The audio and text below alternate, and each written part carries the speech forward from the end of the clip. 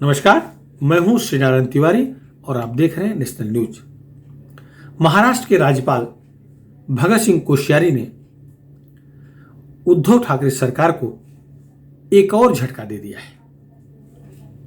उद्धव ठाकरे सरकार से तात्पर्य मुंबई महानगर पालिका में शिवसेना की सत्ता है। पिछले 25-30 वर्षों से शिवसेना वहां सत्ता में है, वहां शासन कर रही है।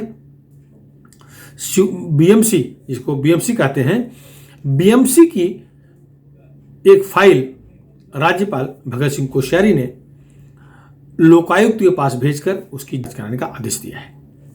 बीएमसी के मजदूरों के लिए घर बनवाने के लिए, मजदूरों के हाउसिंग के पुनर्निर्माण की 1844 करोड़ की फाइल का पर भ्रष्टाचार का आरोप लगे हैं। भारतीय जनता पार्टी के वार्ड क्रमांक 43 के नगर सेवक विनोद मिश्रा व भाजपा के नेता मिहिर कोटेचा, प्रभाकर शिंदे आदि का एक प्रतिनिधिमंडल पिछले महीने महामहिम राज्यपाल भगत सिंह कोश्यारी से मिला था। उन्हें वो फाइल सौंपा था जिसमें 1844 करोड़ के घोटाले का आरोप लगाया था। इस फाइल को भगत सिंह कोश्यारी ने न्यायमूर्ति लोकायुक्त बीएम कानड़े को देते हुए आदेश दिया है कि इसकी वो जांच करें। इस बात की जानकारी राज्यपाल महोदय के प्रधान सचिव संतोष कुमार ने पत्र देकर विनोद मिश्रा को बताया है कि उचित कार्रवाई के लिए यह फाइल लोकायुक्त के पास चली गई है। लोकायुक्त सीधे राज्यपाल के तहत आते हैं। वैसे तो पूरी सरकार, पूरा प्रदेश राज्यपाल के तहत ही होता है। राज्यपाल के आदेश से ही सारा काम होता है। कांस्टेबल भी अगर कुछ कर रहा है तो उस पर राज्यपाल का आदेश ही माना जाता है, क्योंकि राज्यपाल ही सर्वे सर्वा होता है। सरकार राज्यपाल के ऑन बिहाफ ऑफ, राज्यपाल की तरफ से राज्य की सेवा करती है।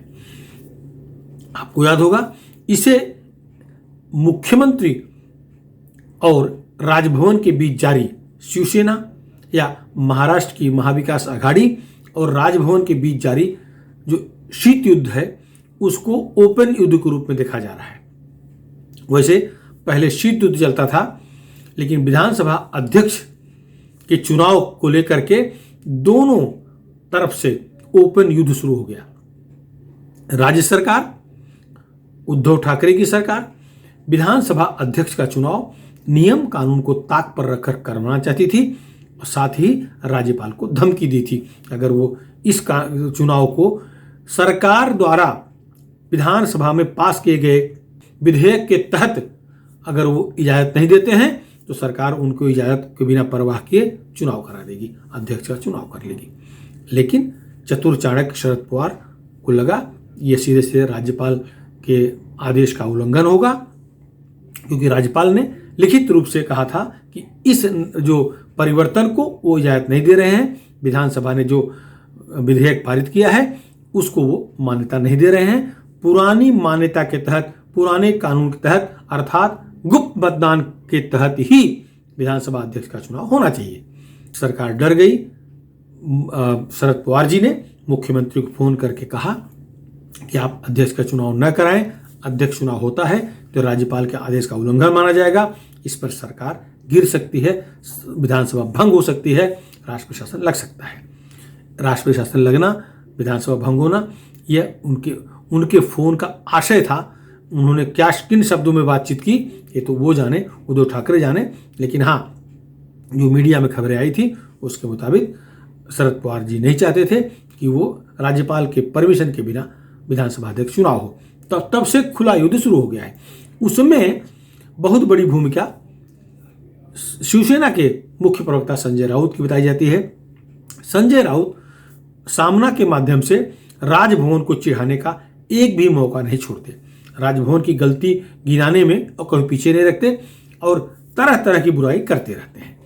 राज्यपाल ही नहीं, मोदी सरकार से, प्रधानमंत्री नरेंद्र मोदी या भारतीय जनता पार्टी केंद्रीय नेतृत्व से अगर शिवसेना के बीच जो मनमुटाव चल रहे हैं उसके पीछे भी सारा का सारा गुड़ी गांठ संजय राउत की बताई जाती है। संजय राउत ही सामना के माध्यम से सबको छेड़ते रहते हैं, सबको चिढ़ाते रहते हैं, जिससे अन्य दलों के बीच में गांठ बनती जा रही है, जो कि शिवसेना के लिए देर सवेर फायदे का नहीं नुकसान का सौदा होगा। अब वो खुला युद्ध शुरू हुआ तो राज्यपाल के बारे में जो सामना में छपा, वो एक तरह से ये सामना ये दिखाने की कोशिश किया कि उद्धव ठाकरे ने, मुख्यमंत्री ने राज्यपाल को धमकाया था। मराठी में उन्होंने लिखा था, जिसका आशय ये है कि धमकाते हुए पत्र लिखा कि आप अगर परमिशन नहीं देंगे तो भी विधानसभा अध्यक्ष का चुनाव करवा लेंगे या मान लेंगे कि आपको परमिशन आ गया है। राज्यपाल ने परमिशन नहीं दिया, तो उसके बाद चाहिए था कि सामना में यह आता कि राज्यपाल ने राज्य सरकार के अनुरोध को ठुकरा दिया।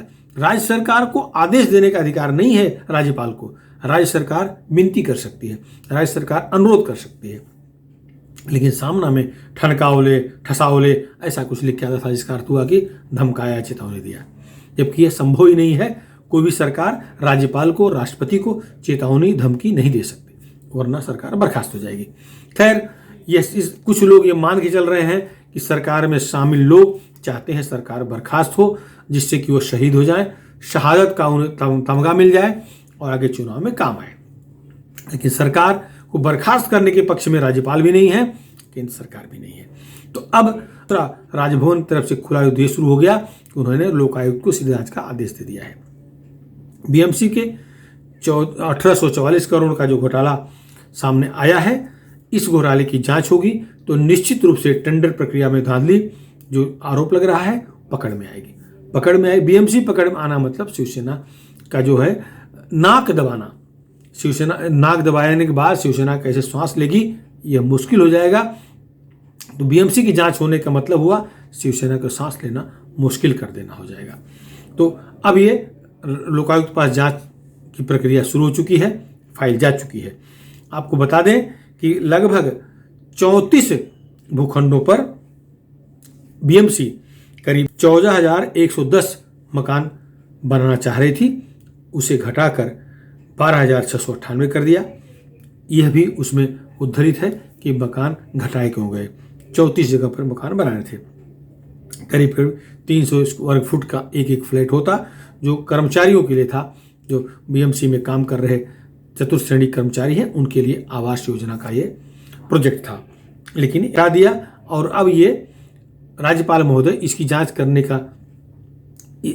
करने के लिए आदेश दिए हैं। जांच होगी, अगर जो टेंडर की प्रक्रिया में घोटाला हुआ है वो जरूर बाहर आएगा तो बीएमसी के मार्फत शिवसेना पर यह एक तरह से जांच पहुंच जाएगी, शिवसेना के घर तक जांच पहुंच जाएगी, क्योंकि बीएमसी पर राज उनका है।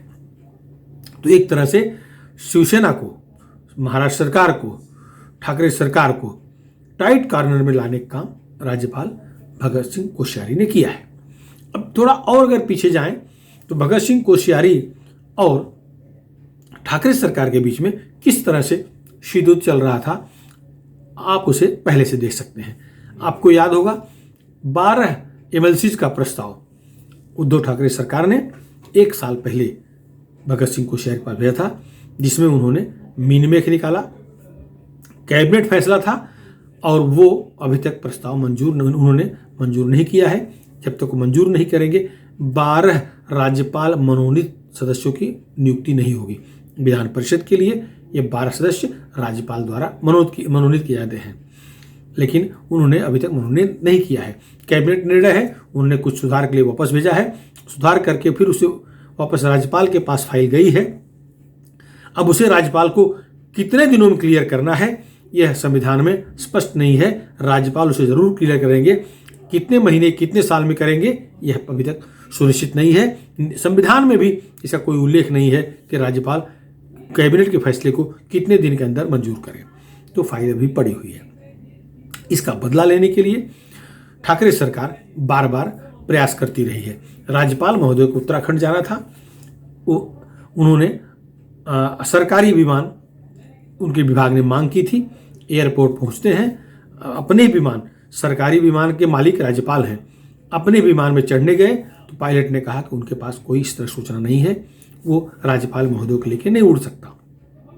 खैर, नाराज राज्यपाल चले गए।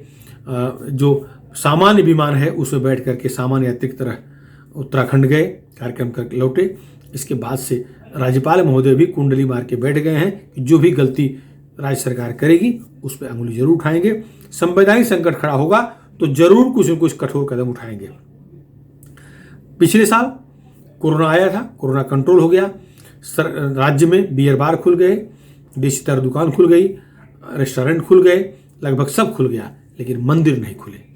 राज्यपाल महोदय ने उनके पास जो शिष्टमंडल प्रतिनिधिमंडल आए थे उनके निवेदन को फॉरवर्ड करते हुए राज्य सरकार को लिखा कि जब सारे सब कुछ खुल रहे हैं तो मंदिरों क्यों बंद रखा गया है।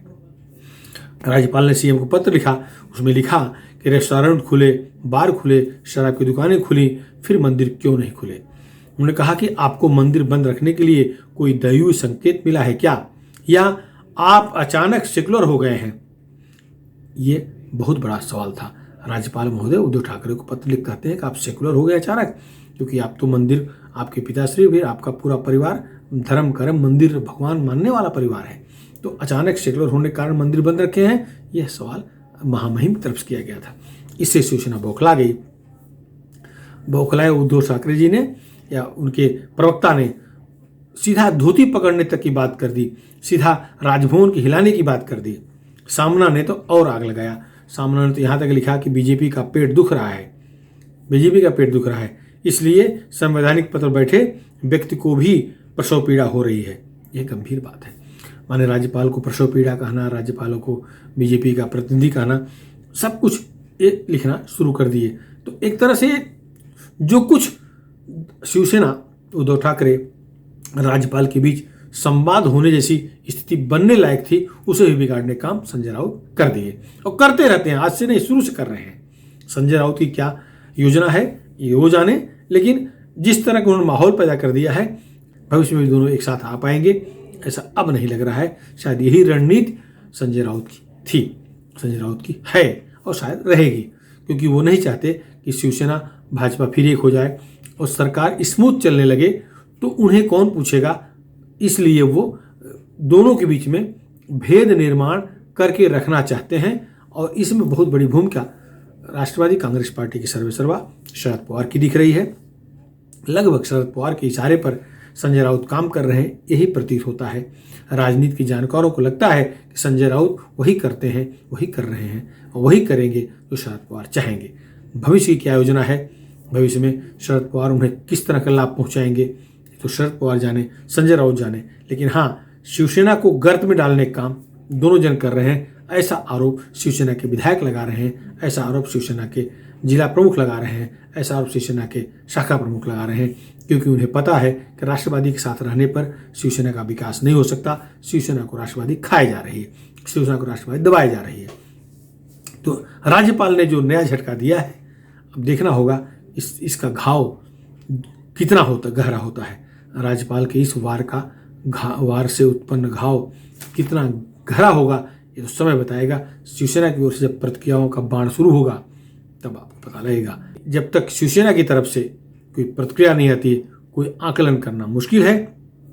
आपको हमारा वीडियो पसंद आया हो तो आप इसे शेयर करिए, और हाँ, यदि अभी तक आप हमारे चैनल नेशनल न्यूज़ चैनल को सब्सक्राइब न किए हों, सब्सक्राइब जरूर कर लें, जिससे हम जो भी वीडियो बनाएं और पोस्ट करें आपको तत्काल मिल जाए। धन्यवाद।